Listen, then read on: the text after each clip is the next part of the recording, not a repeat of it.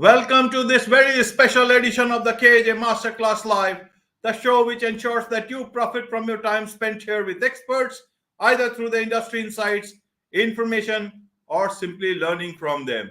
And today we have Eric Wohlwend, best-selling author and master trainer at Clear Sky Training Limited. He's a speaker, investor, business owner, several things. And the most is he knows about life and he knows about in how to integrate family, business, investing all together and lead a happy life. Welcome to the show, Eric. Thank you so much for having me, AJ. It is a pleasure to be here, and I hope we can give some great information to your audience. Who better than you? Who better than a master like you? I will tell you why you know it, but I'll tell it to the audience and they should hear from you. Just over 20 years back, you and your wife were sleeping on a mattress on a warehouse floor. That is true. We were. You built up a business after that. That's the story you got to tell us. And now you and your family, you continue to travel, invest and travel in North America in one of your private planes, learning and growing together. This is the journey. It's not easy. It is very, very difficult. You have done it. People do things for the family. They want to do things for the family. They want to. The great resignation is happening for the work-life balance. You have homeschooled your children, and now you travel in planes to business and leisure together. Tell us about this because it's not an easy journey. How did you do it? People want to do it. They want to look at tricks all across the internet, where to get a trick to be rich. Is it that easy? Tell us about the journey when you were sleeping on a mattress in a warehouse. Nothing, as I said a moment ago before we went live, nothing worth doing is that easy. But it isn't that difficult. It's moderately simple. You just have to set your mind, make a decision, pick out the one most important thing, and always make sure that comes first. Now, I believe my family is the most important thing, and I would hope that a lot of people put that in front of everything else. But having a family and not having any money, what good is that if you're worried about paying the rent, if you're homeless? That's not a good family life. So then you try and balance, oh, I'm going to work so many hours at work, and I'm going to spend so many hours with my family. And people tend to fail on that balance. They do more of one and they feel like they're failing at the other. So then they focus more on that and they get behind on business. And I have had those failures in my life. I have messed it all up. And some through trial and error, and some through just talking to incredible people like you, going to different classes and learning and meeting and growing. I have learned that it's not about the balance. It's about integration. So we did have some hard times. We weren't destitute, but we chose to totally focus on our business and creating a home for my wife and I. So we quit paying rent. We moved into a warehouse that had no plumbing and no heat, and we turned that into our first home. And within 5 years, the lessons that we learned fixing up that broken down warehouse, we started rehabbing enough properties that we retired for the first time 5 years later. Since then, that retirement didn't stick, and I have done over 1,000 rehabs. We own many hundreds of rental units, and we just keep learning and growing. Somewhere in there, about 7 years after we bought our first house, the warehouse, we had children, and they started to learn about doing different pieces of the business. And I found the more time they worked on the business with me, the more time I got to spend with them. And I really liked that. And they did fun things. I didn't make them go out and spray for cockroaches or bed bugs. I didn't make them sand drywall. I let them do the fun things that they enjoyed to do. Even when they were very young, they learned how to use the computer. It was like playing a computer game, reconciling my bank accounts. So they would help out there. And with them working, it made the business more profitable. That gave us more money to invest so we could buy more properties. The properties made the business grow and gave us more money so we could hire more people and spend more time with our kids. And that is the family success triangle, integrating your business, your investing, and your family all together. And that's how we found not just a balance, but the ability to do things that many people never have the opportunity to do. And as we're filming or as we're talking right now, my children are both at my mom's house. They go over to grandma's every week. But I think all levels of family, they go to their other grandma's about every other week and spend a day with her. And it's very important that you have that strong family bond as well as you have a successful business that provides value for value. So that's basically what we have done over the last 20 years. What specific questions or what would you like me to talk about? What can the audience learn the most from, do you think? Right, right. I'll come to that. You know, Eric, uh, you make it sound very easy, very simple. If not, you're smiling all through, and people will think he has been able to achieve it. But you don't show those tears, those difficult times. Let us break this into this. When such a difficult time comes, the family gets impacted. There are accusations. Several times it breaks. The other part is that when such a time comes, your mind does not work. How did you deal with both the situations? How did you, the children came later, but how did you bring that confidence to your wife, to all the larger family, that you will be okay? Second part is, when putting the financials in order, putting your life together, getting into a warehouse, no heating, nothing, your mind does not work. How did it start working for you? How did you start looking at opportunities? Because people will start looking at very short term sort of stuff to deal with that present situation and move out. Where did you become the investor, the creator of wealth for yourself, for your future life? Because that is where I want to understand your mind. People want to understand what how to think right in situations which can happen in anybody's life. Many are passing through the same situation. I was in professions working from the time I graduated from high school where it was life and death. I had to believe in myself. And I spent 13 years in the US military. We jumped out of airplanes. I was a medic. And if I didn't do my job correctly as a medic, then people were maimed or possibly died. If I didn't do my job as a paratrooper, people got hurt. If I made a bad decision as a leader in the army, people got hurt. And then I left from there and went and worked in emergency rooms and on ambulances, both in and out of the service. So I had to believe in myself. I had to believe that I was enough. That is one thing that I've always tried to teach my kids. And I think everyone needs to know that you have faults and that's okay. Something in you is great. Find that thing that's wonderful. Hold on to it because you are enough. You are put on this earth for a reason. You need to go out and find it because everyone can do at least one thing better than everybody else. You just need to find that thing. So once you have the belief in yourself, bad things are still going to happen to you. I'm not saying everything's perfect. In fact, that's the major thing in our book, that you don't have to get straight A's in school. In fact, we don't even send our kids to traditional school. We don't believe that getting a wrong answer is failing. You only fail if you mess something up and you don't get up and try it again. So as long as you get knocked down, get back up and keep going. That is how you make it through all the hardships in life. And if I Right.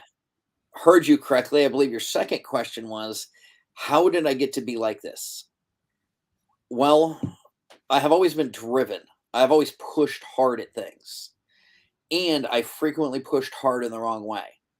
That military background didn't give me the best leadership characteristics. It really made me loud, yelling like a drill sergeant. Not great leadership qualities. It took a lot of very strong and intelligent women in my life, including my wife and my mother and many of the people that we worked with, that showed me you don't have to be ultra masculine. You can do this and achieve great results with a quiet voice. You don't have to get in somebody's face and yell. And I kind of went in search. It was my mom who actually got me to read Rich Dad Poor Dad. That got me interested in real estate for the first time. And the moment I read that, I used to tell her all the time, I don't need that self help crap. I'm doing just fine. Until one day I woke up and I realized I might be doing okay, but I could do a lot better in this life. And so I finally broke down. I read that book and thought, man, why did I put this off for years? What's wrong? And read a bunch of other stuff by that author. And then I started looking for other people.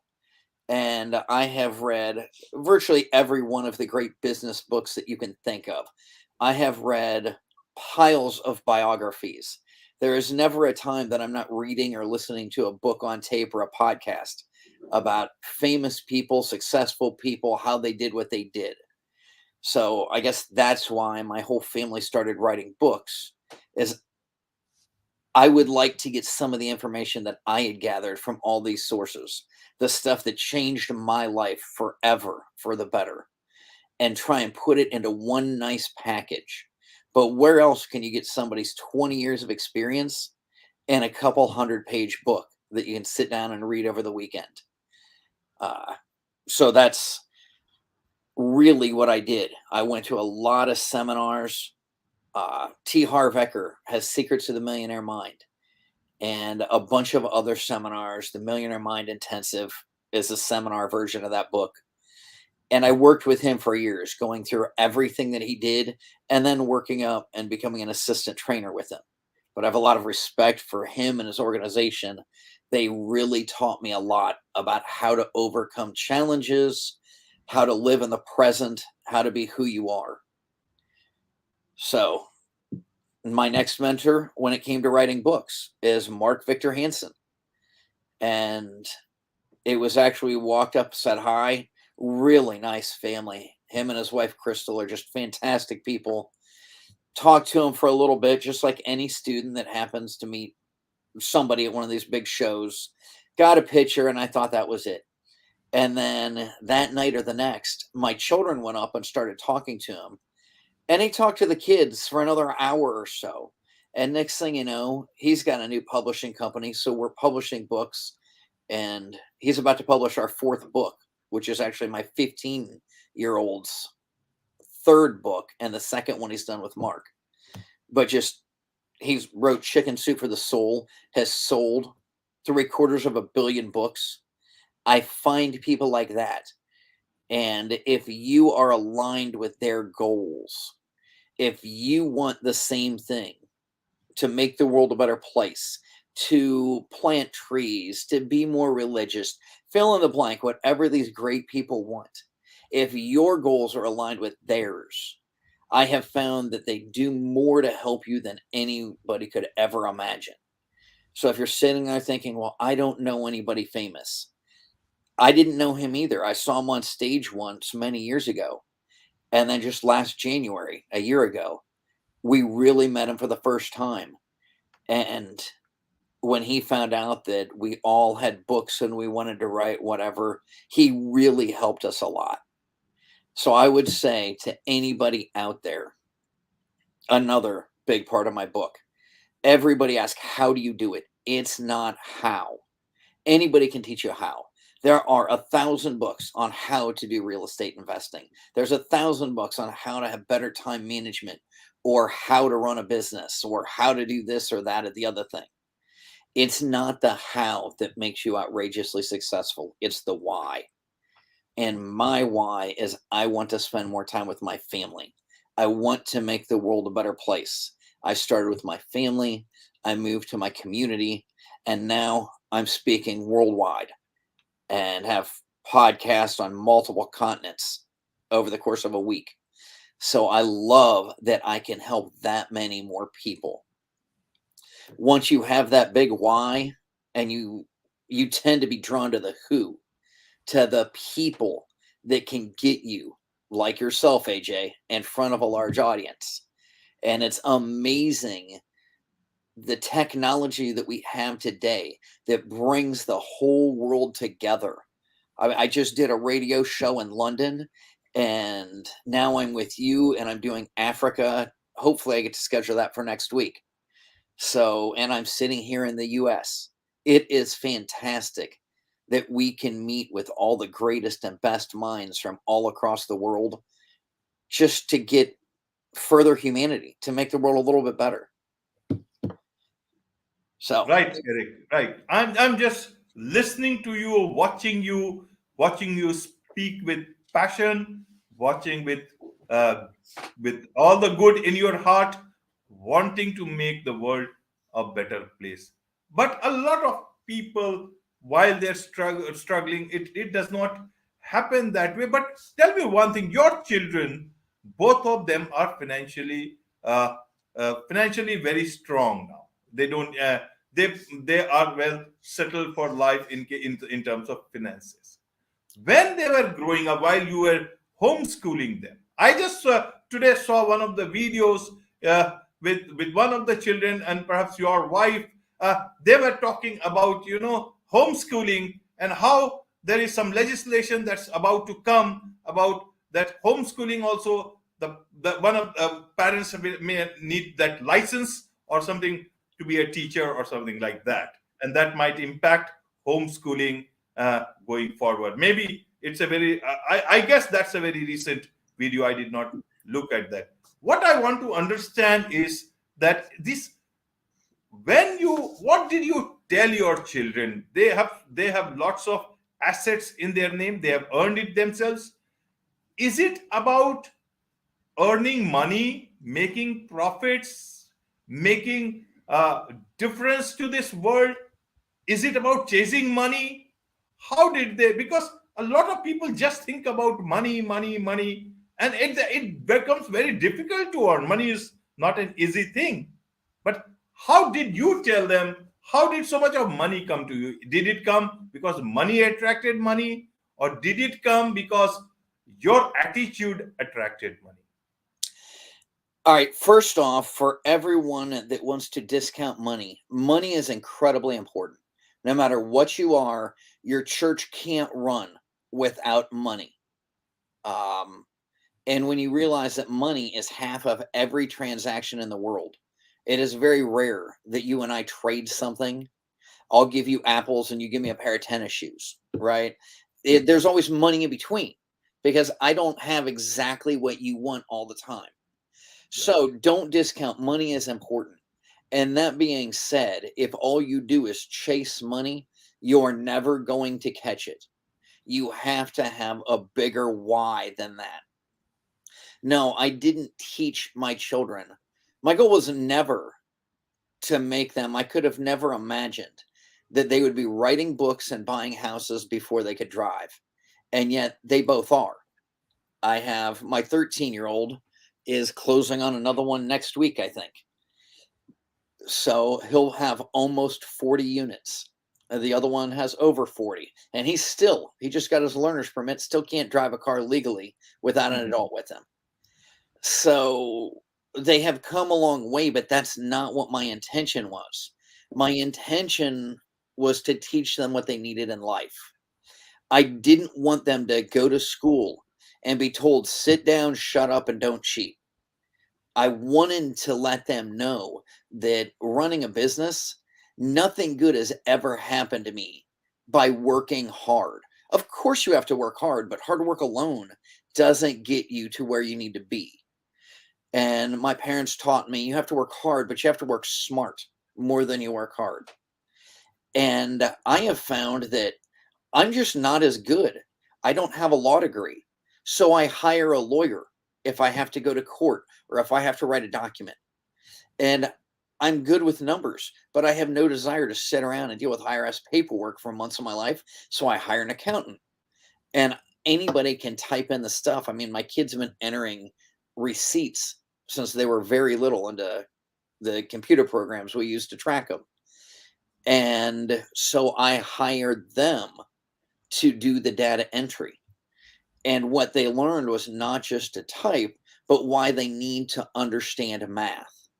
We went to a property and I was trying to figure out if a wall was square or, how much we needed to move it or whatever. And they didn't sit down and memorize a formula in math class.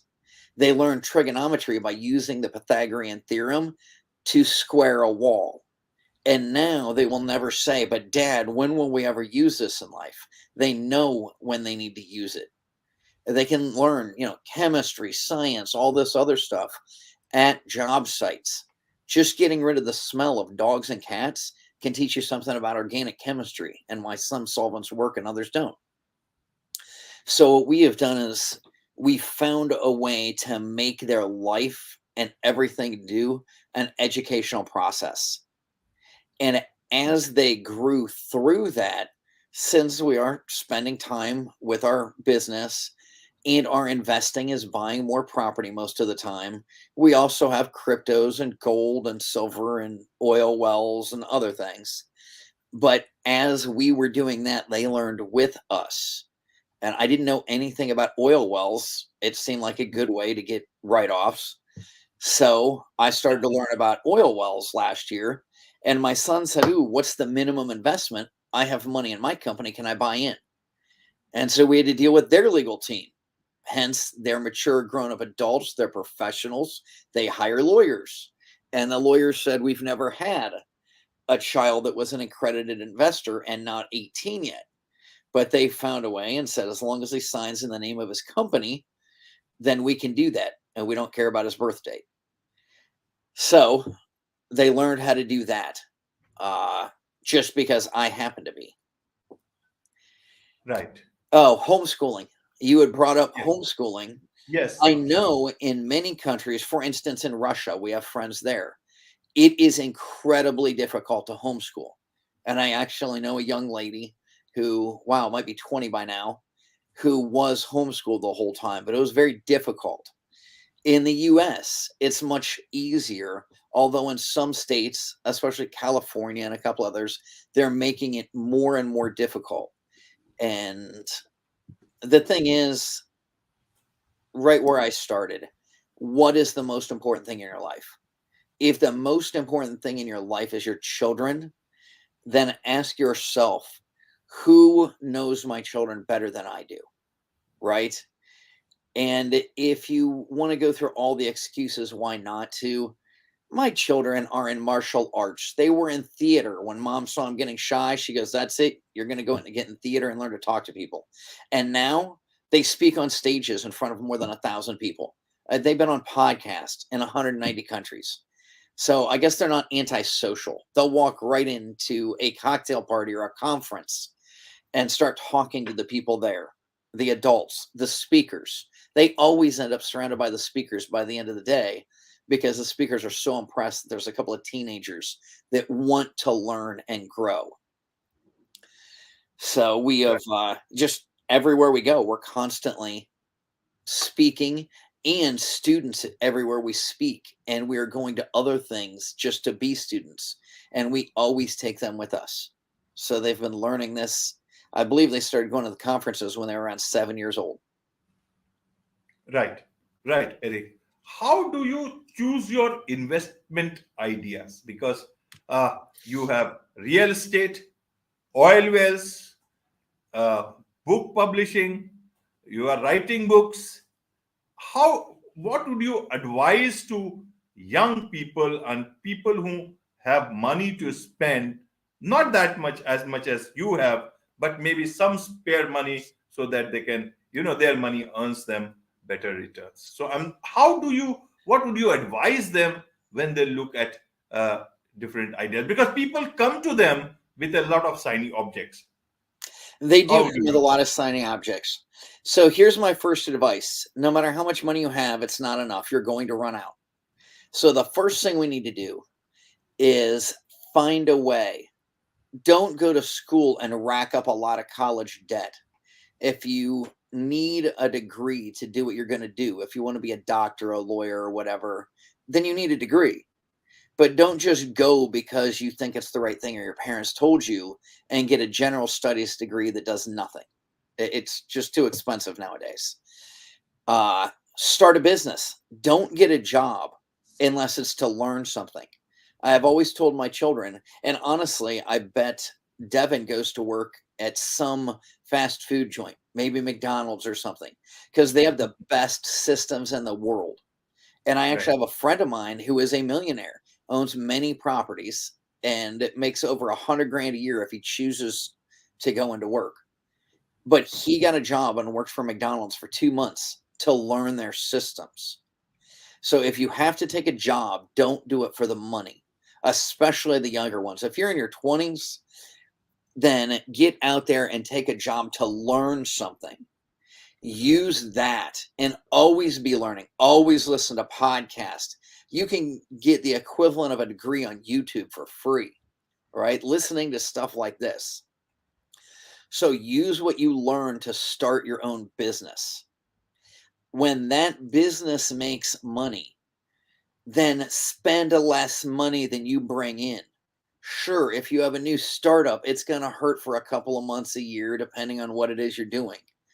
But that's the key. Just spend less than you bring in and take that extra money. I don't care. If you're broke and you can't eat, then set aside 10 currency units wherever you are, $10, £10, 10 whatever, and set that aside and buy in. I frequently recommend people buy silver because it is the cheapest thing. You can go out pretty much anywhere in the world and get 1 ounce of silver.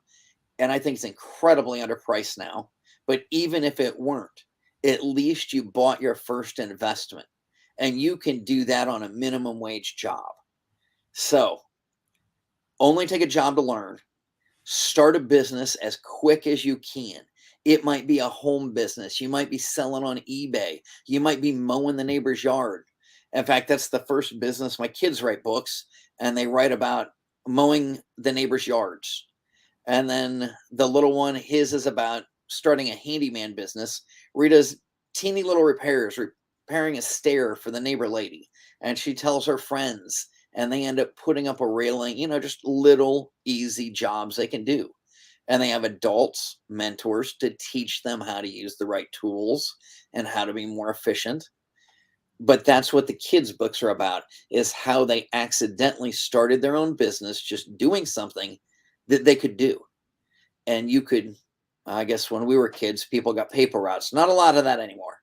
But you could start your own podcast if you were interested in that or whatever. So start the business, spend less than you bring in, and invest the rest, preferably into something that cash flows. It's great to buy Bitcoin and hope it goes up 1,000%. But if you can get a cash flowing asset, that is how you retire. You don't need to have a lot of cash flow. You just need to live a simple enough life that your cash flow coming in is more than you spend. And you don't start out with airplanes and traveling all over and doing all this and buying expensive suits or whatever. You start with doing what needs done. You want to spend extra money? Buy something that makes your business more profitable. Get a new computer, get that new software program. If you're a painter, buy a new brush. If you're hauling stuff, get a bigger trailer, whatever. But you spend your money on the business and help it grow until it's throwing off more. And if you always set up every investment knowing the rate of return, focusing on the numbers, and knowing that if you put too much time into it, it's going to take that time away from your family. So there's the key. I would rather spend a little bit more and hire people who probably want to do this more or need to do it more than I do, so I can spend more time with my family. And if you can't get over, well, I can't afford it, I have to do all the work on my own, then you're never going to have a business. You can call it whatever you want, but all you do is you own your own job. So I guess that's nice. You set your own hours, but until you go out and hire other people, it's not a real business. And I have taught my children, which Devin was on stage in Scottsdale a few months ago, and somebody asked him, "Well, do you hire a manager for all your real estate?" He said, "Of course, I can't drive yet." And it was just so simple and eloquent, you know. That's what a 14-year-old thinks is, yeah, of course. So if they can do it, so can you. Find somebody that's good at what you don't like to do. Find somebody that likes what you don't like to do. And don't ever forget that that's one of the things you can do to make the world better is you giving them a job. Most of us are brought up to get good grades and get a good job, but somebody has to give you that job. Why shouldn't you be the one doing the giving instead of the receiving? Why shouldn't you give them a raise instead of asking your boss for one? Why would you ask your boss for a vacation? Why don't you be the boss, own the business, and give them more vacation? Make your employees' lives better. Make your tenants' lives better. Fix up the place a little bit nicer. Uh, these are just some of the things we do to help keep our business growing.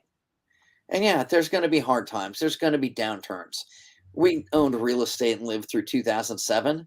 And when everybody else was getting out of the business, my wife went out and got her real estate license and she opened her own brokerage when everybody else was shutting down. You wouldn't believe what people said about us and especially her. What are you, crazy? Nobody's doing this. Well, that's exactly the time to do it. And right now, nobody likes oil or coal. That's why we first started investing in oil wells. And if you look at what happened last year, it was a pretty good time to start investing in oil. So you can have your personal beliefs be whatever they are. But if you want to make money, you need to look at the world the way it is. And it'd be wonderful if everything were, waterfalls and windmills and everything. But we just don't have the technology and infrastructure to create enough electricity to keep this many people alive. If we went to nothing but renewable energy tomorrow, roughly 7 out of 8 people on Earth would die. Energy equals life. So we do what we need to do. And I believe in keeping the human race alive. I think that we are going, as humans, are going to discover things that nobody ever thought of or imagined yet. Maybe some kid is sitting in a basement or a garage creating a new company right now that's going to change the world. And nobody's ever heard of them. But in 10 years, everybody will know him or her, whoever. Right, right. You talked about looking at the things at the right place. You invested in real estate, your wife opened the brokerage 2007 when things were difficult for the real estate industry. We Why? did. Where? Yeah. Sorry, you were saying Yeah. something? No one else wanted to. Yes. And people were going bankrupt. These loans are being called. And we realized I owned enough real estate at the time. I think by '09, I had about 75 units. And I went and bought my first 50 unit. So in one purchase, I almost doubled my size. And over the course of the next couple of years, she brokered the sale of thousands, many hundreds, over 1,000 units, I believe, because there was no competition. During the virus, people are asking, I said, I went into the office. I said, I'm not complaining at all. But could you explain to me how we are doing so well? How are you renting stuff the second it comes vacant? What is going on? I, they're like, the office said we're doing nothing. We're following the system like we always have. Say, great. Ask these people that are calling and moving in. Why is it that, everything's, why'd they call us? And a couple of them said, we called everybody. You're the only ones that answered the phone. So I wish I could say I was brilliant and had a great idea. But you know what? Everybody else shut down. We're already separated. Everybody has their own office. And with my training and background in medicine, I made my own decision. I gave everybody that worked for me the choice to do whatever they wanted. And we just kept the office open and kept going. And it was wonderful. They didn't have to worry about money coming in. They got to feed their family. We were one of the only ones that were still renting things. When people decided, I'm afraid, I don't want to do this, they realized we were the only brokerage that had people out moving and working. They called up and said, hey, I have a bunch of rentals. Do you want to buy them? So we bought out a bunch of other landlords.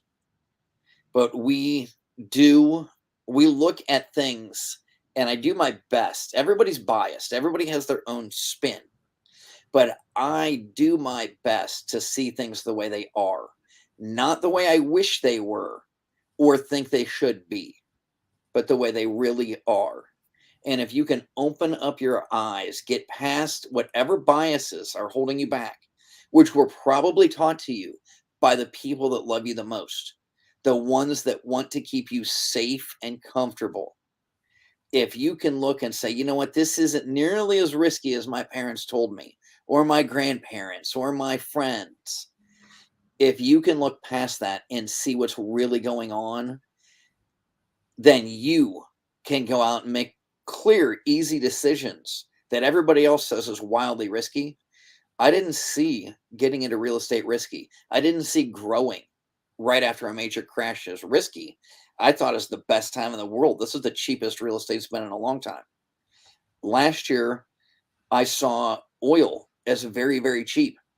So when oil was actually trading in negative per barrel, yeah, I'm not into stocks at all. And I put a lot of money in the stock market betting on some of the best oil companies out there. And that did very well. But either you're going to drive your car sometime in the future or you're not. And if you are, we have to have oil.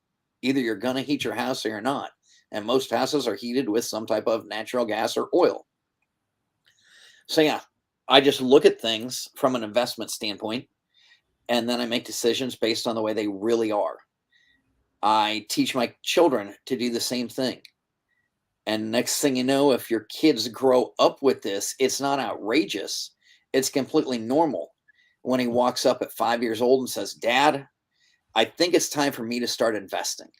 What should I invest in? And I will tell everybody in the audience they should invest in exactly the same thing as my son. He said, what should I invest in? I said, son, don't ever take advice from me or anybody else on what you should invest in. You figure out what you know better than anybody, and you invest in that. And he said, Dad, I really only know Legos. He's 5. And I said, great, go find a way to make money with Legos. And I'll be darned, he actually figured it out. I was all afraid, what am I going to do? My kid will be heartbroken if I can't teach him how to invest in Legos. But within a couple of days, he was going through a Lego magazine and realized how he could make money with Legos. And that was his first investment, is buying a $500 set of Legos. Right. So I wanted to understand, Eric, is that how do you pick those cues for investing? Because when the world you walk against the tide, you go against the tide. I do. 2007, last year, a lot of where do you what do you read? Do you read newspapers? Do you watch television channels? How do you get these ideas or happening? Or it cannot be just that I go against the tide all the time and it is profitable. Or is it that you have got so much of extra money that you invest it and leave it up to? I don't think you do it that way. No, it's what not about the what money. Yes. So is that what is it that guides you? I'm not afraid to spend $100 or $1,000. When I was broke, we ended up we refinanced a house, and I put another 20 some thousand on a credit card, but we put $50,000 into our education. That was so unbelievable. I could buy two houses at the time, the way I was buying them, fixing them up for $50,000. But my wife and I agreed that we needed this mega pack of education. And we went through 14 different seminars, if I'm not mistaken. Uh, and there are a lot of companies out there that have one or two, and you don't need to pay nearly as much. A lot of these $100, $200 things will get you interested in real estate. And if you use it, it will be worth tens of thousands of dollars to you. And most of the people that go just waste the money because they sit there for 2 or 3 days, they spend a couple $100 and never do anything with it. Nothing happens without action. When you walk out of the seminar, or if you're making excuses, well, I can't do that, I can't get there, I don't have that, what, podcasts are free. I don't watch TV. Uh, Definitely don't turn it on until 8 or 9 o'clock at night. We have one TV in our house. Sometimes it goes for days without being turned on. And if I'm watching TV, it's just to wind down. It's not to waste my time. If I have time during the middle of the day, I'm going to sit down in front of the fire and read a book. I don't listen to the radio when I drive. The only time the radio's on is if I am exhausted. If we just had a long flight and I am the pilot. So by the time I get home and it's midnight and we've got another 20 minutes to drive from the airport to home, we'll turn on the radio because I'm not going to understand anything anyways. But other than that, I really don't listen to the radio. I listen to podcasts or books on tape. I have 3 books on tape right now. I'm flipping through to learn about, one's a biography, and one is more about the government, and one is about health and stuff. But I always have the different things that interest me. I have going, and it's not always business. If you learn how people made it in the past, you will be able to recreate their results in the future. If you don't learn from mistakes they made in the past, you are doomed to repeat them today and in the future. Right, right. There is so much to learn from you, Eric. And you talk about learning from various books, podcasts, what even from seminars and all. In these times, just a very quick word on this. In these times, there are so many events happening, so many seminars happening, free, paid. How does one decide which one is the right one for them? How did you choose it to put those 50,000 that much of a huge amount into things like that? Well, you don't just go and throw 50,000 in. We went to I think the Real Estate Wealth Expo or something. It was called something like that. Had to drive up to New York City to get there, and there was just unknown guy. Nobody had ever heard of him. He didn't publish his book yet, and he comes on late at night. He's in this massive auditorium at the Jacoby Javits Center, and almost nobody's there. And he says, "Hey, I've got this $1,200 ticket for you, Uh, and we'll give you 2 tickets since you stuck around and listened to me." He talked for an hour, and it was amazing. And he gave everybody a free CD. And I'm a huge fan of giving away. We've got a free newsletter. Don't spend money on anything until you get a free sample. If they don't want to give you a sample, there's a reason. You know, okay. if they're out there trying to do something. And I mean, if it's $100 or whatever, I'm willing to take that risk, but I'm not going to go give somebody $10,000 that I don't know. So my wife and I were so impressed with this guy that we listened to the CD while we drove home that night. And here we are, too broke to spend one more night. It's midnight, and we're driving from New York back to Ohio and listening to this. And it's so exciting. It keeps us awake while we're driving. And then we turn it off and we talk about it. And I said, yeah, we got to go back up and we got to do this. So then we go through his 3-day seminar. And that was fantastic. And then I bought, like I think it was a $7,000 seminar that he sold. And I went through that, but my wife didn't, because we were under the assumption, we don't have the money. Let me tell you, never ever believe you don't have the money. If it's important enough, you will find the money. And I came back. It was so unbelievable, uh, that we went back and volunteered to help his organization out. Once again, I'm giving away stuff for free. And that's when we signed up, and they said, yeah, if you want to buy it, we'll take the 7 grand you already paid off of the $50,000 price. And we said, okay. We worked out a deal, since we were volunteering for him, where I could have 60 days to pay him instead of 30. I've refinanced a house as soon as I got home. And then what we didn't have, we put on a credit card. I would not recommend putting $20,000 or $30,000 on a credit card. Make sure you have an exit plan to pay that off. Don't get wrapped up in 20% interest. That was not the best thing. But going to the classes changed my life forever. I can't imagine what it would be.